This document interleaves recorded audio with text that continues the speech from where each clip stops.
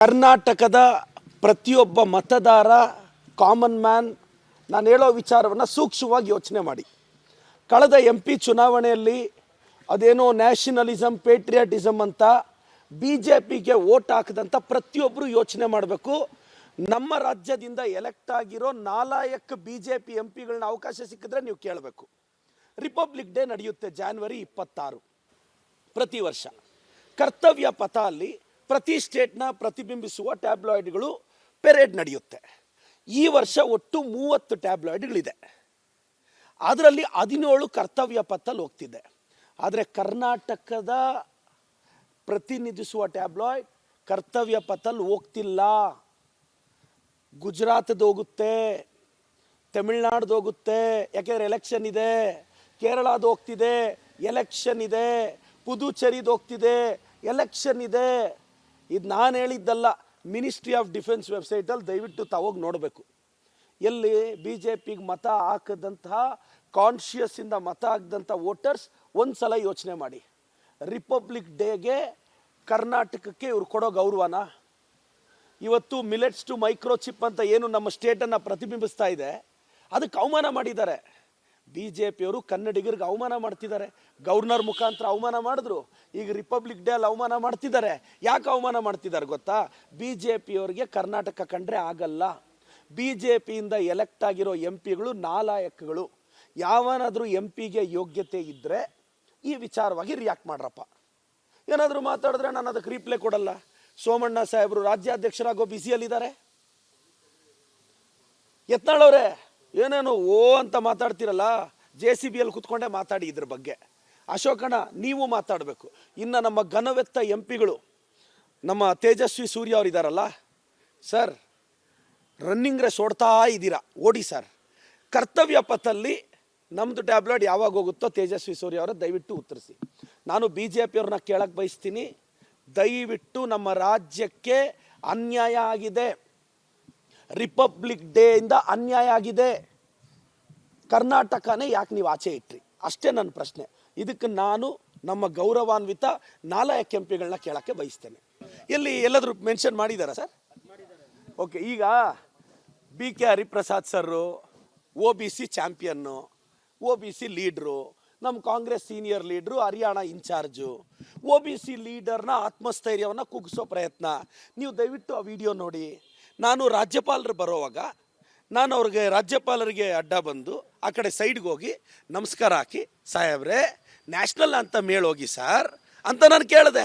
ನೀವು ಆ ವಿಡಿಯೋಲ್ಲಿ ನೋಡ್ಬೋದು.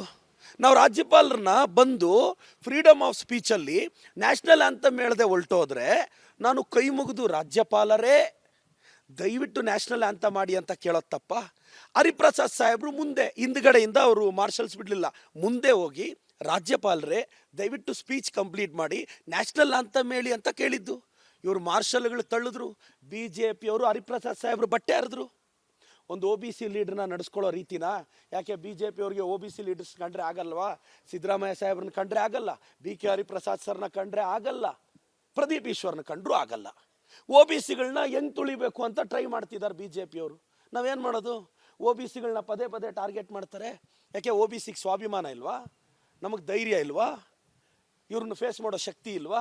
ನೋಡಿ, ವಿನಾಕಾರಣ ನಾನು ಹೇಳೋದು ಎವಿಡೆನ್ಸ್ ಸಮೇತ ಕೂಡ ಕೇಳಿ ಸರ್. ಎಲ್ಲಾದರೂ ರಾಜ್ಯಪಾಲರಿಗೆ ನಾವು ಅಗೌರವ ತೋರಿಸಿದ್ರೆ ನಾವು ಗೌರವಾನ್ವಿತ ರಾಜ್ಯಪಾಲರೇ ನೀವು ನಮ್ಮ ಸ್ಟೇಟಿಂದ ಹೋಗಿ ಅಂದೆ. ನಾನು ಹಿಂದಿಯಲ್ಲಿ ಹೇಳಿದೆ, ರಾಜ್ಯಪಾಲರನ್ನ ಕಳಿಸಿಕೊಡಿ, ಕರ್ನಾಟಕವನ್ನು ಉಳಿಸಿಕೊಡಿ. ಹಿಂದಿ ಟ್ರಾನ್ಸ್ಲೇಷನ್ ChatGPTಗೆ ಹಾಕಿ, ಗವರ್ನರ್ ಹಟಾವ್ ಕರ್ನಾಟಕ ಬಚಾವ್. Slang change. ನಾನು ಟೀಚರು, ಸ್ಟೂಡೆಂಟ್ಸಿಗೆ ಕೇಳಿಸ್ಬೇಕಲ್ವಾ? ಜೋರಾಗಿ ಹೇಳ್ತಿದ್ದೀನಿ. ನನ್ನ ಮೇಲೆ ಕ್ರಮ ತಗೊಳ್ಳಿ, ತಪ್ಪಿದ್ರೆ ತಗೊಳ್ಳಿ. BJPಯವರು ನಮ್ಮ ಹರಿಪ್ರಸಾದ್ ಸಾಹೇಬರು ಬಟ್ಟೆ ಹರಿದಿದ್ದಾರೆ, ಅವ್ರನ್ನ ಸಸ್ಪೆನ್ಷನ್ ಮಾಡಬೇಕು. ಹಿಂದ್ಗಡೆಯಿಂದ ಬಂದು ಹರಿಪ್ರಸಾದ್ ಸಾಹೇಬ್ರನ್ನ ಟಾರ್ಗೆಟ್ ಮಾಡಿದ್ರಲ್ಲ, ಯಾಕೆ ಹರಿಪ್ರಸಾದ್ ಸಾಹೇಬ್ರನ್ನ ಪದೇ ಪದೇ ಟಾರ್ಗೆಟ್ ಮಾಡ್ತಿದ್ದೀರಾ BJPಯವರೇ? ಅಶೋಕಣ್ಣ ನೀನು ಆನ್ಸರ್ ಹೇಳಬೇಕು.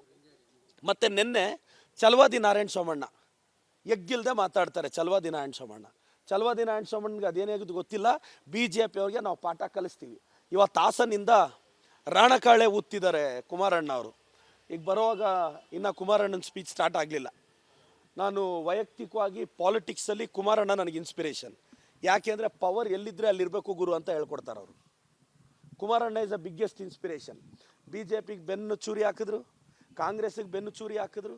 ಅವರೇ ಇವತ್ತು ಹೇಳಿದ್ದಾರೆ ಆಕಸ್ಮಿಕವಾಗಿ 2 ಸಲ ಮುಖ್ಯಮಂತ್ರಿ ಆಗಿದ್ದೆ ಅಂತ. ಮತ್ತೆ 28ಕ್ಕೆ 29ಕ್ಕೆ ಏನಾಗುತ್ತೋ ಗೊತ್ತಿಲ್ಲ. ಕುಮಾರಣ್ಣನ ಓಪನಿಂಗ್ ಲಾಂಚೇ ಟಾಕ್ಸಿಕ್ ಟ್ರೈಲರು. ನಮಗೆ ಟಾಕ್ಸಿಕ್ ಅಲ್ಲಣ ಬೇಕಾಗಿರೋದು, ಅಮೃತ ಬೇಕಾಗಿರೋದು ರಾಜ್ಯಕ್ಕೆ. ಟಾಕ್ಸಿಕ್ ಅಂದರೆ ವಿಷ. ಕುಮಾರಣ್ಣ ನಿಮ್ಮ IT ಪೇಜಸ್ ಅವ್ರಿಗೆ ಹೇಳಿ, ಪಾಪ ನಿಮ್ದು ಅದ್ಯಾವುದೋ JDS ಸೆಕ್ಯುಲರ್ ಪೇಜ್ ಇದೆ ಅಲ್ವಾ, ಆ ಸೆಕ್ಯುಲರ್ ಪದ ತೆಗೆಸ್ಬಿಡಿ. ಪರವಾಗಿಲ್ಲ ಕುಮಾರಣ್ಣ, ನಿಮ್ಮ IT ಹುಡುಗರು ಭಾಳ ಪ್ರೀತಿಸ್ತಾರೆ ನಮ್ಮನ್ನು, ಇನ್ನೂ ಸ್ವಲ್ಪ ಪ್ರೀತಿ ಜಾಸ್ತಿ ಆಗಲಿ. ನಿಮ್ಮ ಹುಡುಗರಿಗೆ ಏನು ಕಾಮನ್ ಸೆನ್ಸ್ ಬೇಡವಣ್ಣ? ನಿಮ್ಮನ್ನು ಓಪನಿಂಗ್ ಲಾಂಚು ಟಾಕ್ಸಿಕ್ ಎಲ್ಲ ಮಾಡ್ತಾರೆ, ಯಾವುದಾದ್ರೂ ಅಮೃತಧಾರೆಯಲ್ಲಿ ಲಾಂಚ್ ಮಾಡಬೇಕಾಗಿತ್ತು. ನಿಮ್ಮ ಮೇಲೆ ತುಂಬ ಗೌರವ ಇದೆ ಕುಮಾರಣ್ಣ, ಯಾಕೆಂದರೆ ನಮ್ಮ ಅನಿವಾರ್ಯತೆ ನಿಮಗೆ ಬಂದೇ ಬರುತ್ತೆ. ಥ್ಯಾಂಕ್ ಯು ಸೋ ಮಚ್ ಕುಮಾರಣ್ಣ. ಕರ್ನಾಟಕದ ಪ್ರತಿಯೊಬ್ಬ ಮತದಾರ, ಕಾಮನ್ ಮ್ಯಾನ್, ನಾನು ಹೇಳೋ ವಿಚಾರವನ್ನು ಸೂಕ್ಷ್ಮವಾಗಿ ಯೋಚನೆ ಮಾಡಿ. ಕಳೆದ MP ಚುನಾವಣೆಯಲ್ಲಿ ಅದೇನೋ ನ್ಯಾಷನಲಿಸಮ್, ಪೇಟ್ರಿಯಾಟಿಸಮ್ ಅಂತ BJPಗೆ ವೋಟ್ ಹಾಕಿದಂಥ ಪ್ರತಿಯೊಬ್ಬರು ಯೋಚನೆ ಮಾಡಬೇಕು. ನಮ್ಮ ರಾಜ್ಯದಿಂದ ಎಲೆಕ್ಟ್ ಆಗಿರೋ 4 BJP MPಗಳನ್ನ ಅವಕಾಶ ಸಿಕ್ಕಿದ್ರೆ ನೀವು ಕೇಳಬೇಕು. ರಿಪಬ್ಲಿಕ್ ಡೇ ನಡೆಯುತ್ತೆ January 26 ಪ್ರತಿ ವರ್ಷ. ಕರ್ತವ್ಯ ಪಥ ಅಲ್ಲಿ ಪ್ರತಿ ಸ್ಟೇಟ್ನ ಪ್ರತಿಬಿಂಬಿಸುವ ಟ್ಯಾಬ್ಲಾಯ್ಡ್ಗಳು ಪೆರೇಡ್ ನಡೆಯುತ್ತೆ. ಈ ವರ್ಷ ಒಟ್ಟು 30 ಟ್ಯಾಬ್ಲಾಯ್ಡ್ಗಳಿದೆ. ಅದರಲ್ಲಿ 17 ಕರ್ತವ್ಯ ಪಥಲ್ಲಿ ಹೋಗ್ತಿದೆ. ಆದರೆ ಕರ್ನಾಟಕದ ಪ್ರತಿನಿಧಿಸುವ ಟ್ಯಾಬ್ಲಾಯ್ಡ್ ಕರ್ತವ್ಯ ಪಥಲ್ಲಿ ಹೋಗ್ತಿಲ್ಲ. ಗುಜರಾತ್ದು ಹೋಗುತ್ತೆ, ತಮಿಳ್ನಾಡ್ದು ಹೋಗುತ್ತೆ, ಯಾಕೆಂದರೆ ಎಲೆಕ್ಷನ್ ಇದೆ.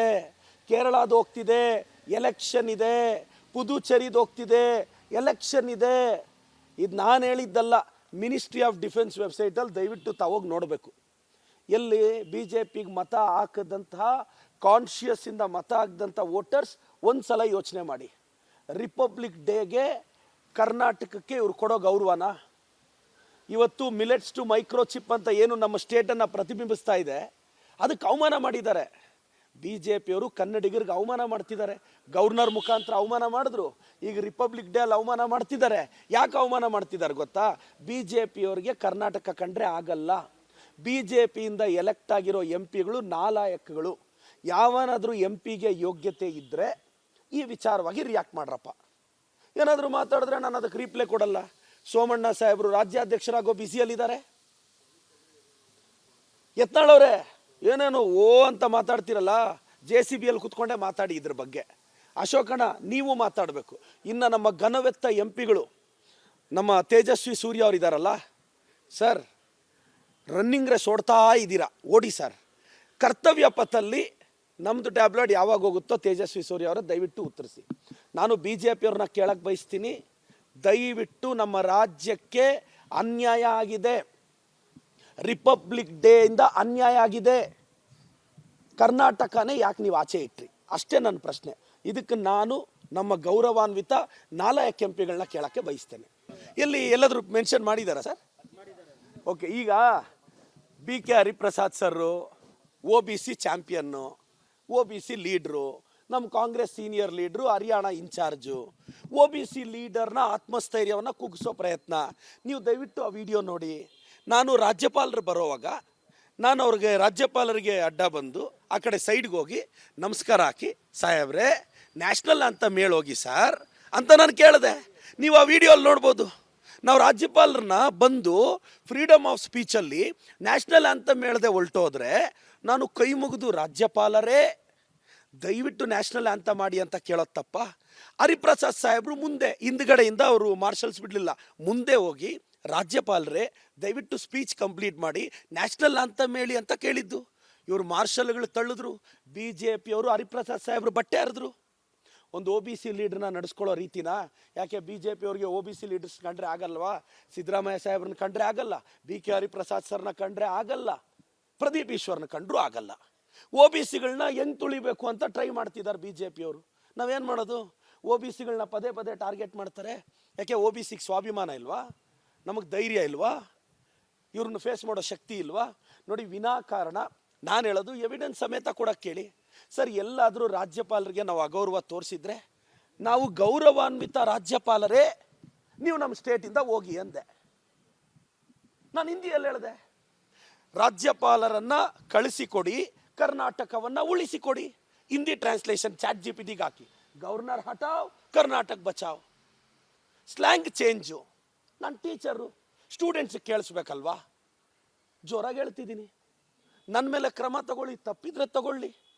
BJPಯವರು ನಮ್ಮ ಹರಿಪ್ರಸಾದ್ ಸಾಹೇಬರು ಬಟ್ಟೆ ಹರಿದಿದ್ದಾರೆ, ಅವ್ರನ್ನ ಸಸ್ಪೆನ್ಷನ್ ಮಾಡಬೇಕು.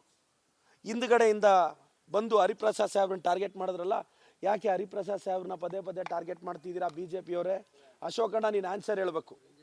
ಮತ್ತು ನಿನ್ನೆ ಚಲವಾದಿ ನಾರಾಯಣ ಸೋಮಣ್ಣ ಎಗ್ಗಿಲ್ದೆ ಮಾತಾಡ್ತಾರೆ. ಚಲವಾದಿ ನಾರಾಯಣ ಸೋಮಣ್ಣ ಸೋಮಣ್ಣಗೆ ಅದೇನಾಗೋದು ಗೊತ್ತಿಲ್ಲ. BJPಯವ್ರಿಗೆ ನಾವು ಪಾಠ ಕಲಿಸ್ತೀವಿ. ಇವತ್ತು ಹಾಸನಿಂದ ರಾಣಕಾಳೆ ಊದ್ತಿದ್ದಾರೆ ಕುಮಾರಣ್ಣ ಅವರು. ಈಗ ಬರುವಾಗ ಇನ್ನು ಕುಮಾರಣ್ಣನ ಸ್ಪೀಚ್ ಸ್ಟಾರ್ಟ್ ಆಗಲಿಲ್ಲ. ನಾನು ವೈಯಕ್ತಿಕವಾಗಿ ಪಾಲಿಟಿಕ್ಸಲ್ಲಿ ಕುಮಾರಣ್ಣ ನನಗೆ ಇನ್ಸ್ಪಿರೇಷನ್. ಯಾಕೆ ಅಂದರೆ ಪವರ್ ಎಲ್ಲಿದ್ದರೆ ಅಲ್ಲಿರಬೇಕು ಗುರು ಅಂತ ಹೇಳ್ಕೊಡ್ತಾರೆ ಅವರು. Kumaranna is a biggest inspiration. BJPಗೆ ಬೆನ್ನು ಚೂರಿ ಹಾಕಿದ್ರು, ಕಾಂಗ್ರೆಸ್ಗೆ ಬೆನ್ನು ಚೂರಿ ಹಾಕಿದ್ರು.